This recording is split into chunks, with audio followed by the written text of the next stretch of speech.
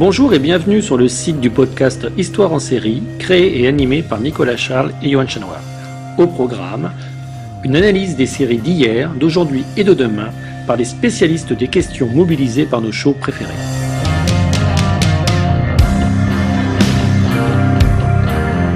Histoire en série, c'est le podcast qui met en relation histoire, sciences humaines et séries.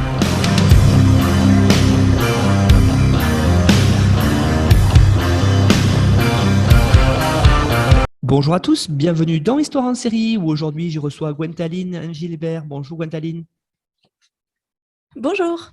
Alors vous êtes PRCE département donc LLCER d'anglais à l'Université de Bretagne occidentale et vous êtes membre associé au HCTI, membre de la SAES et de l'AFEA et de Stella Incognita. Donc vous êtes l'auteur d'une thèse qui a été soutenue en 2018 qui est intitulée Les nouvelles de Richard Matheson 1950-1971, un imaginaire américain entre fantastique et science-fiction.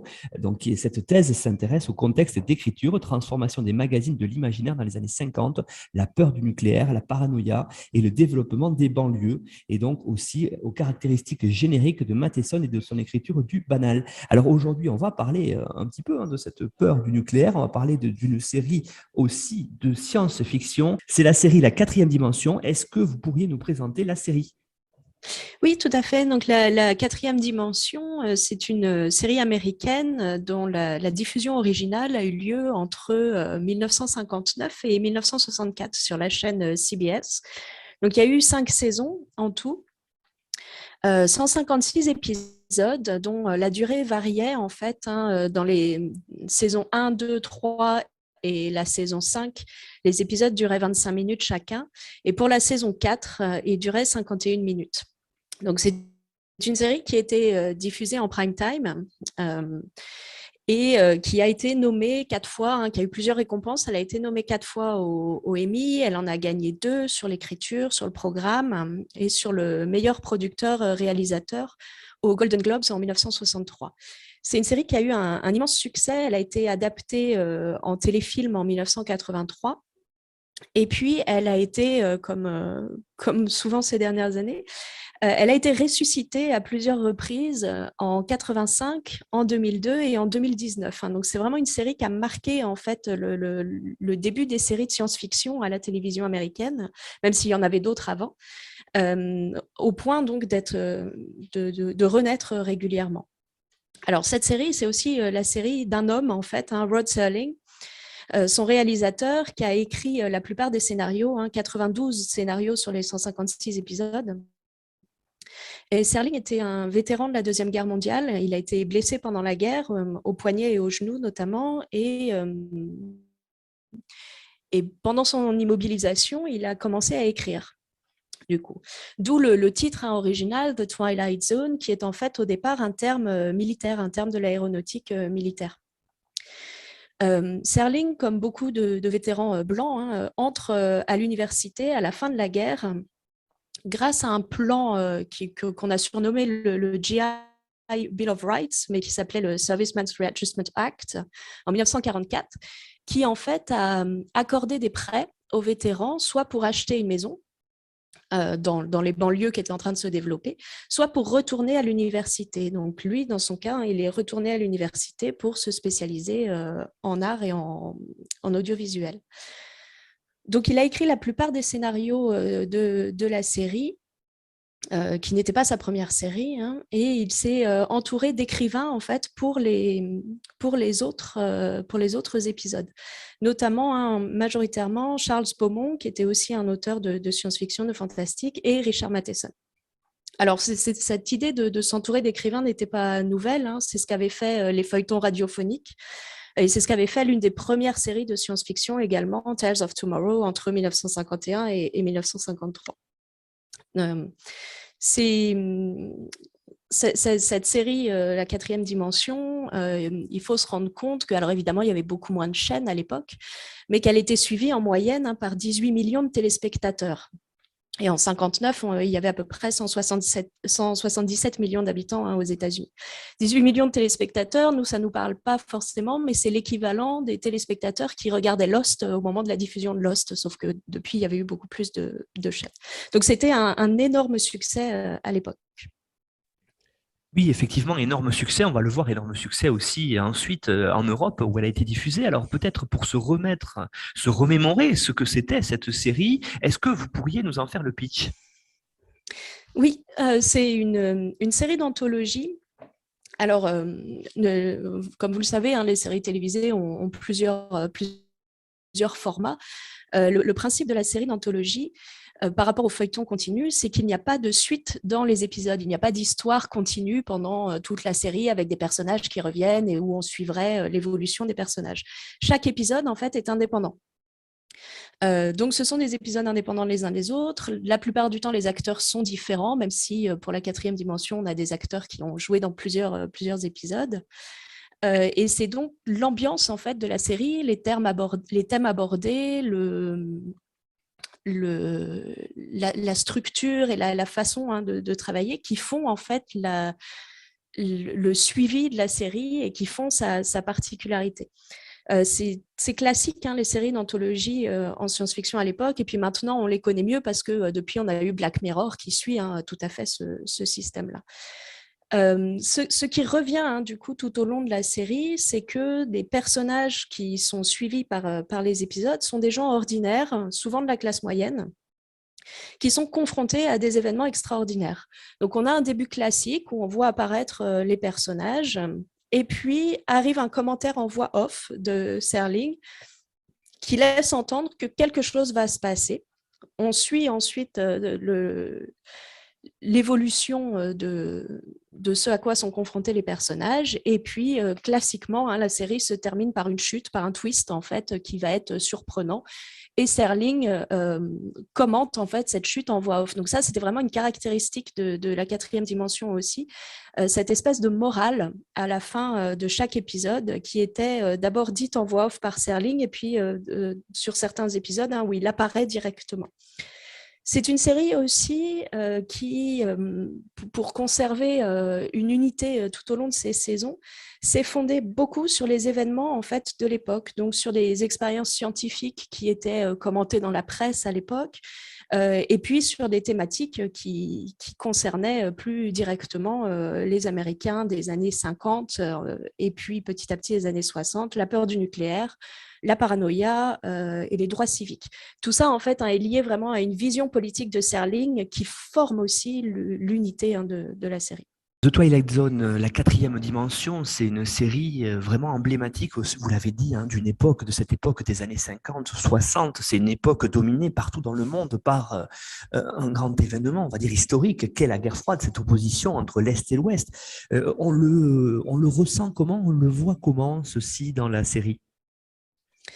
Alors, c'est une série qui, pour ça, va se fonder sur, alors pour moi, au niveau des épisodes, vraiment sur trois événements majeurs, les expériences scientifiques, le nucléaire et la question de la paranoïa, qui sont probablement sur les épisodes les plus connus.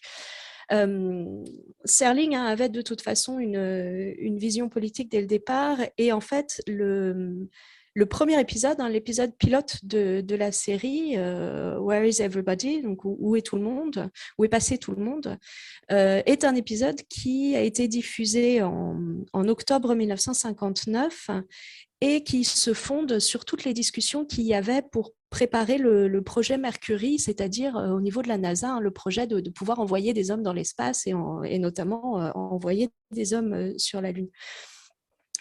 Cet épisode pilote, du coup, montre en fait au départ un homme qui se réveille dans une ville déserte et qui est amnésique. Il a beau chercher autour de lui où il peut être, qui il peut être, ce qu'il fait même dans cette ville, il ne voit pas au début. Donc, ce qu'on a pendant tout l'épisode, c'est vraiment cet homme qui va dans tous ces lieux emblématiques de la ville, un café, un cinéma, pour essayer de voir qui il est. Au fil de l'épisode, il devient de plus en plus agité, au point même de presque sombrer dans la folie. À un moment, il est dans une cabine téléphonique et il n'arrive pas à en sortir, donc on voit qu'il panique. Donc une espèce aussi de claustrophobie petit à petit qui se développe. Et puis, on entend une voix off, en fait, qui va lancer le twist de l'épisode. Cet homme, qui est en uniforme de pilote, se réveille au milieu de scientifiques et on se rend compte qu'en fait, il est un pilote à qui on a fait expérimenter les effets de l'isolement et donc ce que ça peut causer de se retrouver comme ça enfermé en fait dans une boîte pendant quelques heures dans l'épisode. Mais en fait, c'est quelque chose qui avait été développé, qui commençait à être développé par la NASA pour faire des tests aux futurs astronautes. Donc, on a dans la presse, notamment du début de l'année 1959, tout un tas d'articles qui développent en fait les tests subis par les futurs astronautes, donc qui sont des tests physiques, bien sûr, qui sont aussi des cours classiques de physique, notamment, etc., mais également tout un tas de tests psychologiques qui servent à voir les effets de l'isolement sur les astronautes. Donc, ce que ça montre, en fait, c'est que Serling suivait aussi cette actualité-là et notamment, potentiellement, les articles qui étaient publiés par un des psychiatres qui a travaillé sur ces expériences, George Ruff, qui a publié plusieurs articles entre juin et août 1959 sur ces diverses expériences. Et pour lui, en fait, c'était vraiment la crainte principale et le danger principal en fait de ces missions scientifiques, c'était de voir comment les gens allaient réagir dans les missions à se retrouver comme ça enfermés et se retrouver surtout en isolement pendant plusieurs semaines. Donc, une des expériences consistait à les enfermer dans une pièce insonorisée dans laquelle ils avaient simplement accès à un lit, un réfrigérateur, des toilettes, et de voir comment, au bout de quelques heures, quelques jours parfois, ces individus allaient réagir. Donc, dès cet épisode pilote, en fait, on voit que Serling suit les débats scientifiques de l'époque. Effectivement, c'est quelque chose de majeur, c'est cette idée-là, cette notion de guerre froide, une notion, vous l'avez dit aussi en introduction, qui est renforcée par une peur panique chez beaucoup de personnes, celle de la destruction du monde qui est, rendue possible depuis 1945 et les bombes atomiques qui sont tombées sur Hiroshima et Nagasaki. Le monde s'est rendu compte de cette peur du nucléaire, peur d'autant plus renforcée que l'ennemi soviétique, en 1949, possède lui aussi la bombe nucléaire. Et ça, plusieurs épisodes de la série le montrent. C'est ça. On a en fait 7 épisodes de la série qui sont concernés directement par cette peur du nucléaire. Il faut savoir que, alors il y en a deux qui sont vraiment emblématiques de cette peur du nucléaire. Un qui s'appelle l'abri, The Shelter, et l'autre Third from the Sun, la troisième planète après le Soleil, qui en fait reprennent véritablement cette peur. Comme vous venez de le dire, les premiers essais atomiques russes ont lieu en 1949 et en janvier 1950, Truman lance aussi le projet de test de bombe à hydrogène. Donc, l'un des épisodes de la série, on pourrait penser, quand il est diffusé en janvier 1960, que on est plus tard, les essais ont commencé à avoir lieu, etc. Mais justement, pendant toute cette décennie des années 50, on se rend compte, en fait, petit à petit, qu'il y a des essais qu'on ne maîtrise pas, en fait, totalement.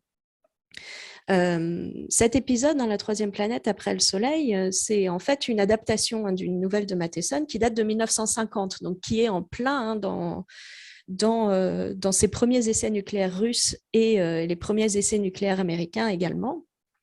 Et entre la publication de la nouvelle et l'épisode 10 ans plus tard, il y a eu le fameux fiasco de l'essai atomique Castle en mars 1954, qui est donc un essai de bombe atomique sur l'atoll de Bikini dans le Pacifique, et où en fait la portée de la bombe avait été sous-estimée.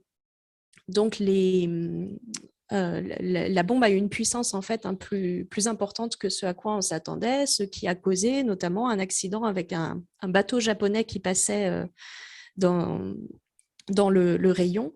Et donc, les marins japonais qui ont été irradiés, 2 en sont morts dans les semaines qui ont suivi. Et on a bien cet exemple-là de très caractéristique, du coup, véritablement, de cette possibilité de destruction totale qu'on avait vu, bien sûr, avec Hiroshima et Nagasaki, mais qui commence à prendre véritablement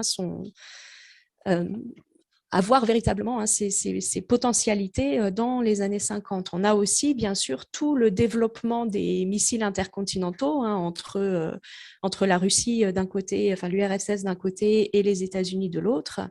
Et aux États-Unis, on a la création de l'Agence de l'énergie atomique en 1957. Donc, on a toute cette décennie des années 50 qui petit à petit montre l'escalade en fait de ces essais nucléaires. Et ça, on le voit dans la série à travers ces 7 épisodes véritablement qui se reposent directement sur cette idée d'annihilation. Donc, celui dont je parlais, la 3e planète après le Soleil, en fait, a une caractéristique. Ce sont des hommes qui travaillent pour une agence gouvernementale et qui savent en fait qu'une bombe atomique va détruire la planète dans les 48 heures à venir. Donc, ils se préparent à fuir dans un vaisseau spatial qui est totalement expérimental. Et cet épisode a la particularité d'être filmé avec des angles de caméra très particuliers qui sont totalement irréguliers, ils sont pas droits. Donc, il y a un malaise en fait qui se développe au fil de l'épisode à cause de ces angles de caméra. Et à la fin de l'épisode, quand ils ont enfin réussi à fuir dans le vaisseau, ils commencent à arriver en approche de la planète qu'ils cherchent à rejoindre, qu'ils ont choisi parce qu'ils ont la même apparence que les habitants de la planète, ils parlent des langues qui vont pouvoir être compréhensibles et qu'ils décrivent comme étant la planète après le Soleil, la 3e planète après le Soleil, c'est-à-dire la Terre. Donc, on comprend évidemment que cette impression de malaise était liée au fait qu'on était au départ sur une planète extraterrestre, mais qui était aussi sous le risque de cette destruction totale par le nucléaire. Et c'est exactement ce que dit la voix off de Serling. Il parle de planètes maudites sur le point de se suicider complètement à cause du nucléaire. Et donc régulièrement, dans ces épisodes du nucléaire, Serling fait un commentaire pour indiquer les risques du nucléaire. Il faut savoir qu'il faisait partie d'une association de citoyens pour le développement d'une politique nucléaire saine, ou en tout cas une politique nucléaire raisonnable. Donc, il se sert aussi de la 4e dimension pour faire passer ces messages du risque de nucléaire. Cette idée aussi est très importante du temps de la guerre froide, cette peur quasiment panique, cette paranoïa est très présente dans la série, cette paranoïa qui domine les 2 côtés, et même dans le bloc américain, cette peur de voir partout des espions soviétiques, comme on a vu avec André Loès dans l'épisode sur The Americans, cette peur de destruction de la planète par l'ennemi rouge, on la sent, on la voit apparaître par divers biais, cette paranoïa, dans plusieurs épisodes aussi. Tout à fait. Et Serling, en fait, a plusieurs fois pris position pour ça aussi. Alors, l'un des avantages, évidemment, de travailler dans la fiction de l'imaginaire et ici la science-fiction, c'est de faire croire, personne n'est dupe, bien sûr, mais c'est de faire croire qu'on n'écrit pas sur ce qui se passe. On peut se permettre, comme on est dans la 4e dimension, on est dans une autre zone, on peut se permettre, en fait, de montrer ce qui se passe totalement dans la société, mais en faisant croire qu'on n'y est pas. Et Serling avait à plusieurs reprises expliqué que son rôle en tant qu'écrivain, c'était justement de réveiller la conscience du public et que l'écrivain devait avoir un point de vue, devait se positionner et devait voir les arts comme un moyen de critique sociale et donc en se focalisant sur les problèmes de son temps. Et son idée, avec notamment ces épisodes sur la paranoïa, c'est que plutôt que de chercher une cause externe et de sans arrêt se dédouaner en fait, en expliquant que c'est la faute des communistes, ou c'est la faute des extraterrestres dans les séries de science-fiction, il fallait regarder les problèmes de l'intérieur.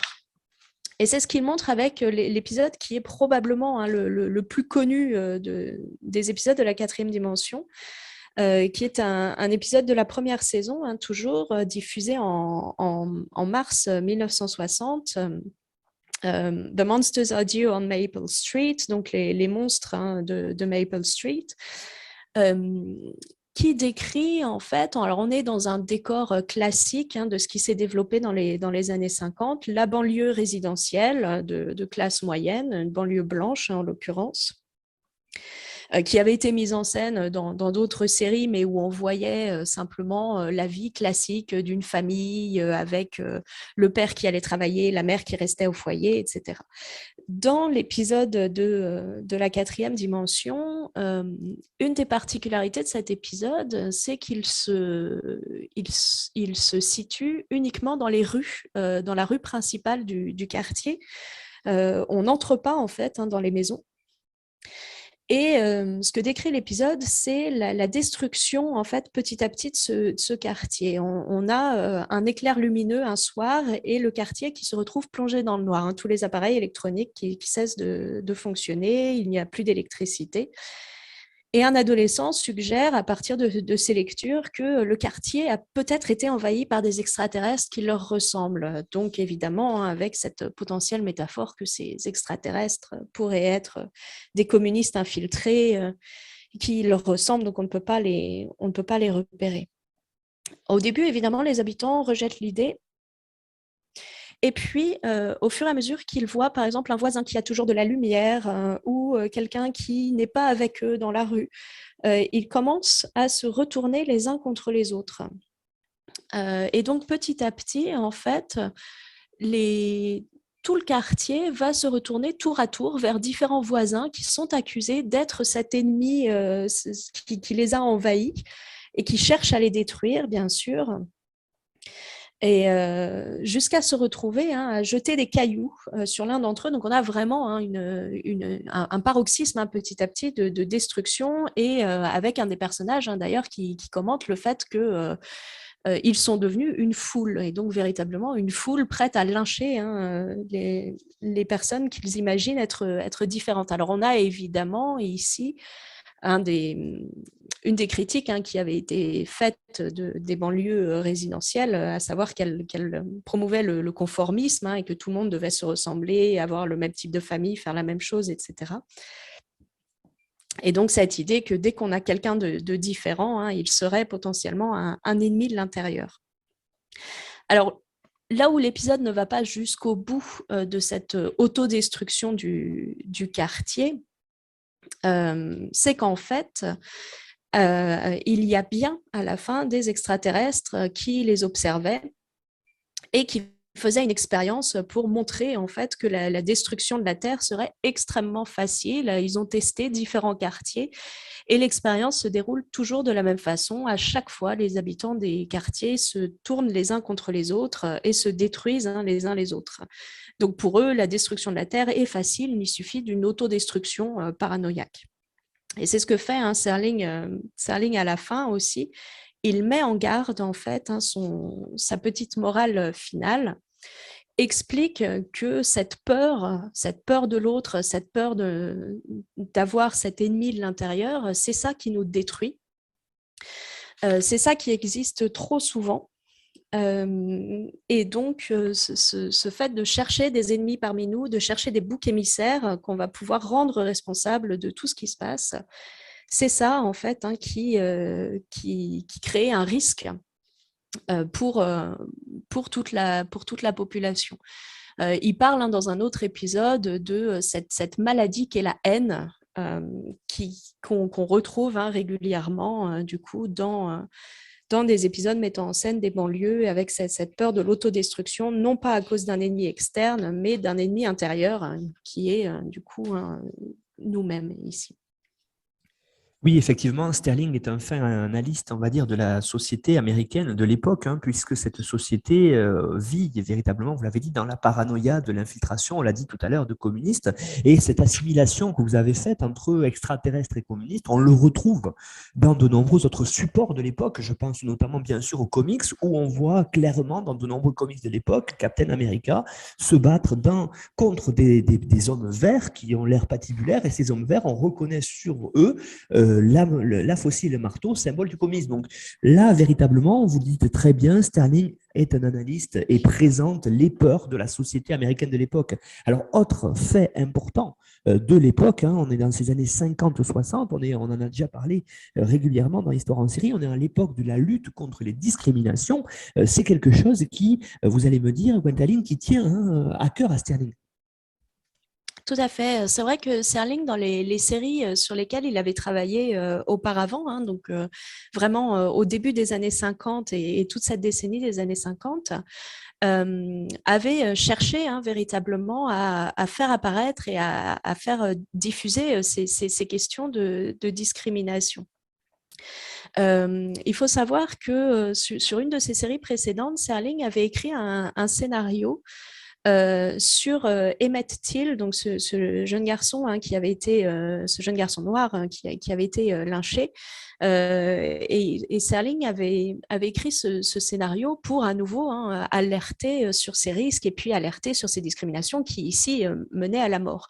Le scénario avait été refusé par crainte des réactions, notamment des réactions des États du Sud des États-Unis, et puis par crainte, alors c'est évidemment aussi cohérent avec les questions de ici de financement, etc. En fait, les studios avaient craint de perdre leurs subventions et de perdre leur financement publicitaire, notamment s'ils avaient accepté ce scénario dénonçant l'assassinat d'Emmett Till. Donc, le scénario avait été totalement réécrit en enlevant toutes les possibilités de reconnaître les événements. Donc, il n'avait plus aucun intérêt. Et ça, Serling, c'est quelque chose qui l'avait beaucoup affecté, en fait, qu'on ne puisse pas utiliser un scénario comme celui-là. Il a déclaré également à plusieurs reprises que la télévision avait une responsabilité dans le fait de rendre visibles toutes ces choses-là, en expliquant également que la télévision, comme le cinéma, s'était rendue coupable de ce qu'il appelait un péché d'omission. C'est-à-dire le fait de ne pas faire appel notamment à des acteurs africains-américains pour des rôles classiques en fait, pas pour des rôles stéréotypés où ils joueraient des Africains-américains, etc., mais véritablement pour des rôles classiques. Donc c'est quelque chose dans lequel il s'est engagé avec un épisode The Big Tall Wish qui est toujours dans la première saison, c'est l'épisode 27 de la première saison qui a été diffusé en avril 1960. Et cet épisode a pour particularité que tous les acteurs principaux sont des acteurs africains-américains. C'est quelque chose, je vous rappelle, une série qui est diffusée en prime time à l'époque, c'est quelque chose qui du coup est relativement rare à la télévision. D'avoir comme ça un épisode de série télévisée avec des acteurs africains-américains pour la distribution principale et des acteurs africains-américains qui ne jouent pas des rôles stéréotypés tels qu'on pourrait attendre. Et notamment, alors c'est quelque chose qui est toujours un petit peu délicat à dire à l'heure actuelle, mais une des particularités dans cet épisode, c'est que l'anglais parlé par ces acteurs africains-américains est tout à fait classique et tout à fait normal. Alors que la plupart du temps, sur des rôles stéréotypés, ils ont en plus un accent ou un anglais qui n'est pas grammatical, enfin quelque chose qui va montrer une différence. Et là, Serling s'est véritablement engagé avec cet épisode-là, mais c'est un épisode parmi d'autres, il y en a d'autres également, à avoir donc cette distribution d'acteurs africains-américains pour tous les rôles principaux. L'épisode ensuite est un épisode classique de la 4e dimension. Alors, Serling était sportif aussi, donc c'est un épisode ici qui met en scène un boxeur qui est sur le point de perdre Et le fils d'une amie, un jeune garçon, également africain-américain, parie sur lui et le boxeur gagne. Donc l'enfant est persuadé que ça vient de sa magie et que la magie permet de tout faire. Évidemment, le boxeur lui répond qu'il n'y croit pas et perd son match suivant. Mais là encore, hein, la morale de fin est que justement, le fait de croire peut permettre de faire tout un tas de choses qui paraissent impossibles, qui en fait vont se retrouver possibles. Donc, à l'époque, hein, évidemment, le fait de faire apparaître ces acteurs africains-américains sur une chaîne de grande écoute, hein, CBS, en prime time, c'est quelque chose qui est relativement exceptionnel et qui a fait que la quatrième dimension a d'ailleurs gagné un prix pour ça, pour la contribution au fait de les relations raciales. Donc ce prix qu'ils ont gagné en 1961 grâce à l'inclusion dans des distributions principales d'acteurs africains-américains sur plusieurs épisodes de la série. On le voit, une série qui traite des problèmes de son temps, en tout cas qui questionne son temps, hein, à travers ses émissions, on va dire, enfin ses scénarios de science-fiction. Une autre actualité de l'époque, on est une vingtaine d'années après la Seconde Guerre mondiale, c'est la Shoah, hein, que les Américains appellent Holocauste. Et cette idée-là est aussi traitée en 1961, et là, Sterling colle carrément à l'actualité, puisque 61, c'est le moment du procès Eichmann à Jérusalem, et cette notion d'Holocauste, on la voit dans un épisode précis. Oui, dans la saison 3, hein, donc en novembre 1961, un épisode alors dont le titre joue en fait sur deux références. Puisque c'est Death's Head Revisited, donc il joue sur la référence littéraire Brideshead Revisited, mais également Death's Head, en fait, sur le Totenkopf, je ne parle pas allemand, l'insigne, l'insigne tête de mort qui a été utilisé notamment par des officiers SS. Serling vient d'une famille d'origine juive. Mais il colle ici à l'actualité de ce procès Eichmann, là encore en prime time sur CBS, sur un public, il faut savoir évidemment, qui était un public essentiellement, enfin le public cible de la quatrième dimension, essentiellement un public anglo-saxon, protestant, blanc, classique, donc qui n'a pas non plus l'habitude de voir directement des références précises à la Shoah à la télévision. Cet épisode, qui est probablement un des épisodes les plus bouleversants de la quatrième dimension, a plusieurs particularités. Donc, je commence par le pitch et puis je vais expliquer un petit peu pourquoi il a été si marquant, en fait. On a un homme qui arrive dans une auberge dont on comprend assez rapidement qu'elle est en Allemagne. Et puis, la femme qui l'accueille trouve qu'il ressemble à quelqu'un qu'elle a vu avec les SS pendant la guerre. Alors, il dément. Et elle finit par lui expliquer que cette auberge dans laquelle il est se trouve à proximité du camp de Dachau. Et en fait, ce qui est très perturbant, c'est que tout au long de l'épisode, cet homme, enfin au début en tout cas, cet homme va sourire régulièrement quand on fait des références au SS. Et on voit apparaître, ce qui est rare aussi, on voit apparaître à l'écran, cette fois, Serling, qui explique que ce monsieur Schmidt utilise en fait un nom d'emprunt et qu'il était capitaine SS pendant la guerre. Alors, évidemment, le capitaine est un raccourci, mais tout de même. Or, cet homme prétend évidemment que non, il n'a jamais été là. Et d'ailleurs, il vit en Amérique du Sud. Donc, bien sûr, une référence à ces anciens officiers nazis qui ont fui en Amérique du Sud pour éviter l'extradition et ensuite le procès de leurs crimes.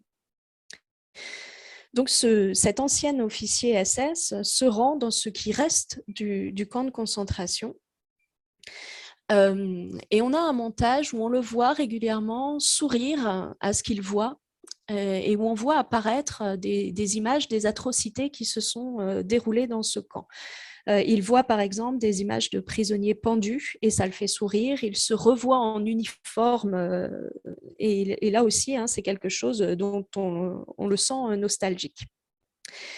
Et puis subitement, un autre homme apparaît dans le camp en uniforme rayé, en pyjama rayé, qu'on reconnaît aisément, et qui lui souhaite un bon retour dans le camp en lui expliquant qu'il était attendu. Et on a là tout un discours, en fait, dans la suite de l'épisode, où l'ancien prisonnier Baker, qui évidemment est décédé, c'est un fantôme qui lui apparaît, cet ancien prisonnier lui explique que l'heure est venue de faire son procès.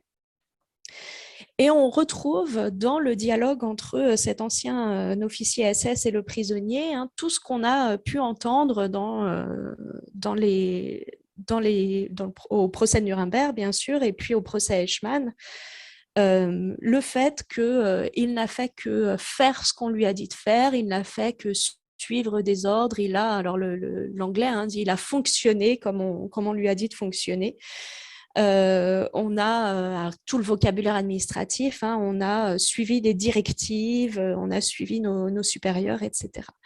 Et le prisonnier reprend ça en citant presque mot pour mot ce qu'on pouvait entendre dans les procès, en disant que c'était effectivement le thème nazi des procès de Nuremberg. Et petit à petit, d'autres prisonniers apparaissent et lui lisent du coup toutes les inculpations, donc les crimes. Il est jugé pour les 1700 victimes qu'il a faites, pour les tortures qu'il a faites, pour les expériences médicales sur les femmes et sur les enfants, et puis également sur les meurtres, bien sûr, qu'il a commis. Donc, on voit tous ces anciens prisonniers d'un baraquement précis qui font son procès et qui, petit à petit, font que le sourire qu'il arborait au départ disparaît. Et cet homme se retrouve ensuite embarqué alors il s'évanouit et il se retrouve du coup embarqué par un médecin qui, en regardant autour de lui, en regardant ces restes de Dachau, se demande pourquoi on a gardé ces camps tels quels et pourquoi on ne les a pas rasés. Et c'est là qu'apparaît à nouveau cette voix off de Serling qui explique qu'il y a une réponse toute simple à cette question du docteur, que tous les Dachau doivent rester tels qu'ils étaient, Dachau, Belsen, Buchenwald, Auschwitz, etc. Tous ces camps doivent rester tels qu'ils étaient parce qu'ils sont un monument à ce moment, ce moment dans le temps au cours duquel certains hommes ont décidé de transformer la Terre en un cimetière, qu'ils ont enterré tout ce qui était raison logique et bien sûr, pire que ça, leur conscience, et que donc détruire tout ça, en fait, ce serait un risque, que le moment où on oublierait, le moment où on cesserait d'être hanté, comme cet officier a été hanté par ces fantômes, alors on deviendrait des fossoyeurs.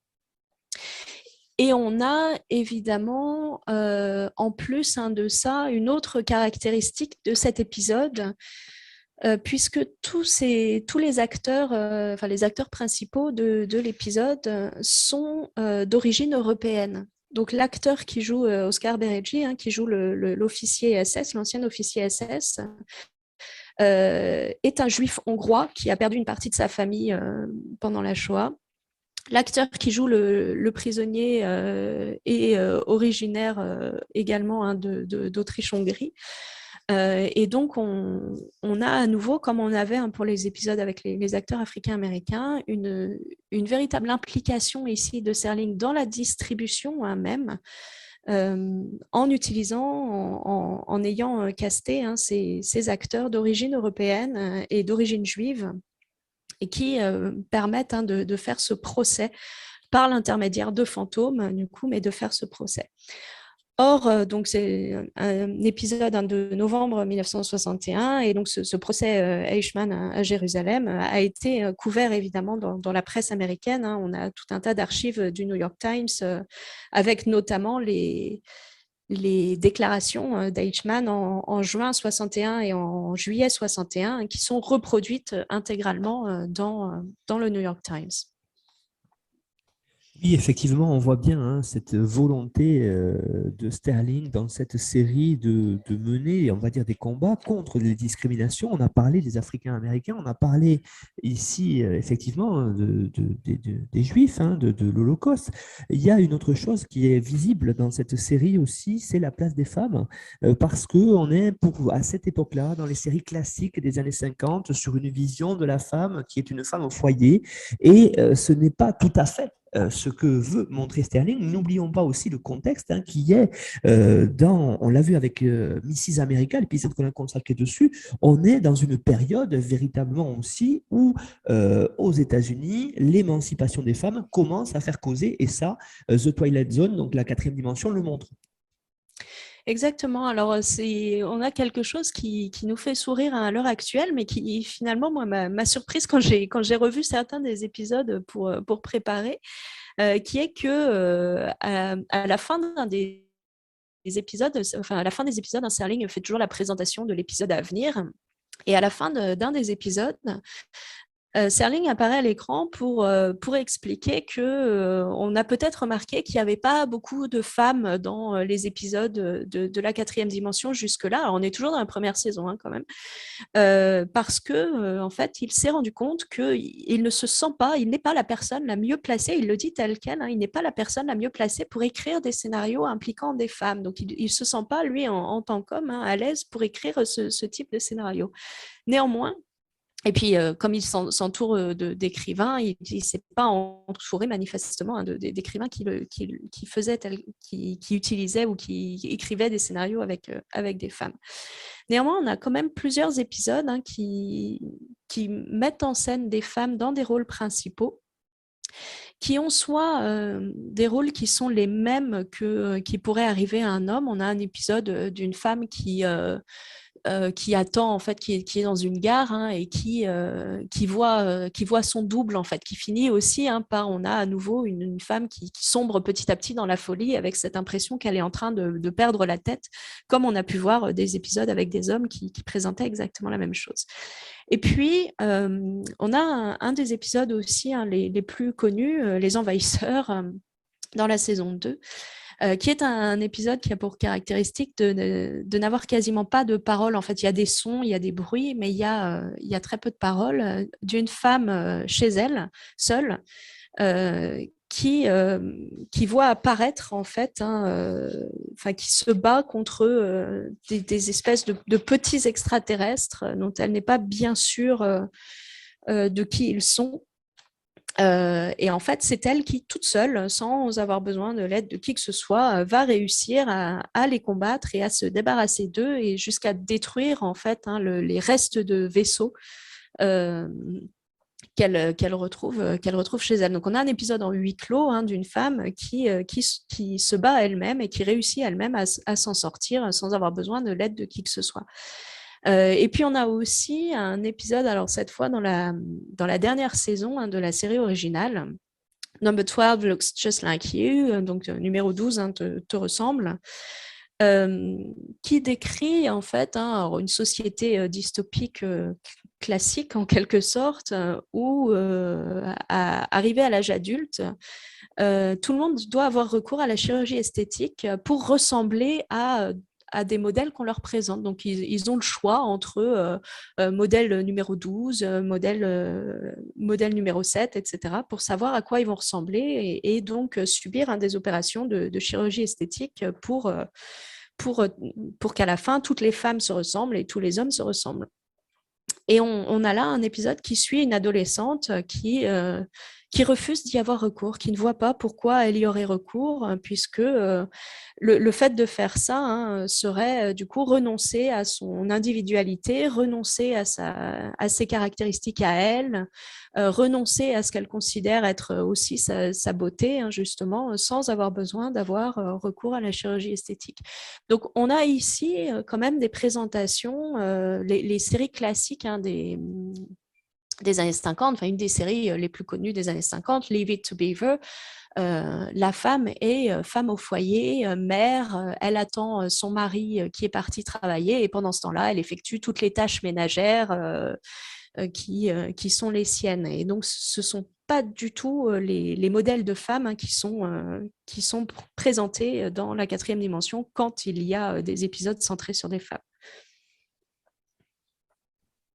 Gwendoline, qu'est-ce qu'on peut dire en conclusion? Qu'est-ce que nos auditeurs doivent retenir sur cette série des années 50-60, la 4e dimension? Alors, il me semble que ce qu'on devrait retenir, c'est véritablement le fait que c'est une série, quand même, une série associée à un homme marquant, Rod Serling, qui a vraiment impulsé sa marque sur la série. Et sa marque étant d'utiliser toutes ces possibilités de la science-fiction sociale, en l'occurrence, d'explorer les faits marquants d'une société, éventuellement de les déformer, mais sans forcément beaucoup les déformer, en déguisant plus ou moins la société actuelle sous une illusion de différence. C'est véritablement, je pense, cet aspect politique de la série, même si tous les épisodes ne sont pas des épisodes politiques, qui ont probablement fait que cette série est restée en fait, est restée vraiment une série de références en science-fiction, mais pas uniquement. Toutes ces petites morales finales que Serling fait en liant ce qu'on vient de voir soi-disant dans la 4e dimension avec l'ici et le maintenant sont systématiquement des morales pour mettre en garde contre les discriminations, les préjugés, la haine, la paranoïa et du coup la destruction interne en fait des liens sociaux. Donc c'est vraiment, je pense, cet aspect politique qui fait que la série ait eu un tel succès et soit restée vraiment comme une série de référence. Gwendoline Gilbert, merci beaucoup pour la présentation de la série de Serling, une série emblématique, on peut le dire, des années 50-60 aux États-Unis et même en Europe, la 4e dimension. Alors, vous avez fourni, pour celles et ceux qui voudraient aller plus loin, un résumé de l'émission et aussi une bibliographie indicative que l'on retrouve sur notre site internet histoireensérie.com. N'hésitez pas à aller le consulter avec, dans la page d'accueil, le rappel de toutes les émissions précédentes et les liens pour aller les écouter vers les grandes plateformes de podcast, mais aussi vous pouvez nous écouter sur YouTube et puis n'hésitez pas à suivre notre actualité sur les réseaux sociaux, Twitter et surtout aussi, bien sûr, le groupe Facebook Histoire en série. Merci beaucoup Gwendoline et puis à bientôt, j'espère, pour une autre série. Au revoir. À bientôt, au revoir.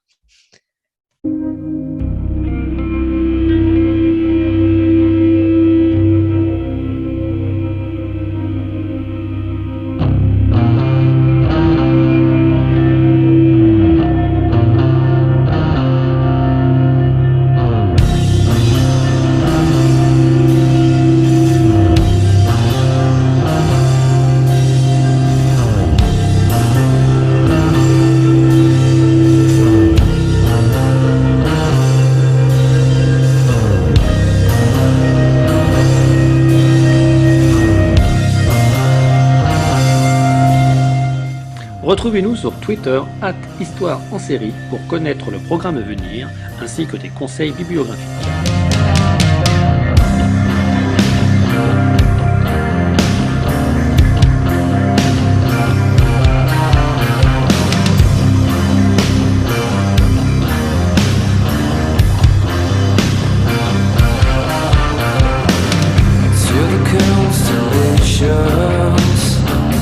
Travel artistically, such a beautiful planet populated by a strange animal.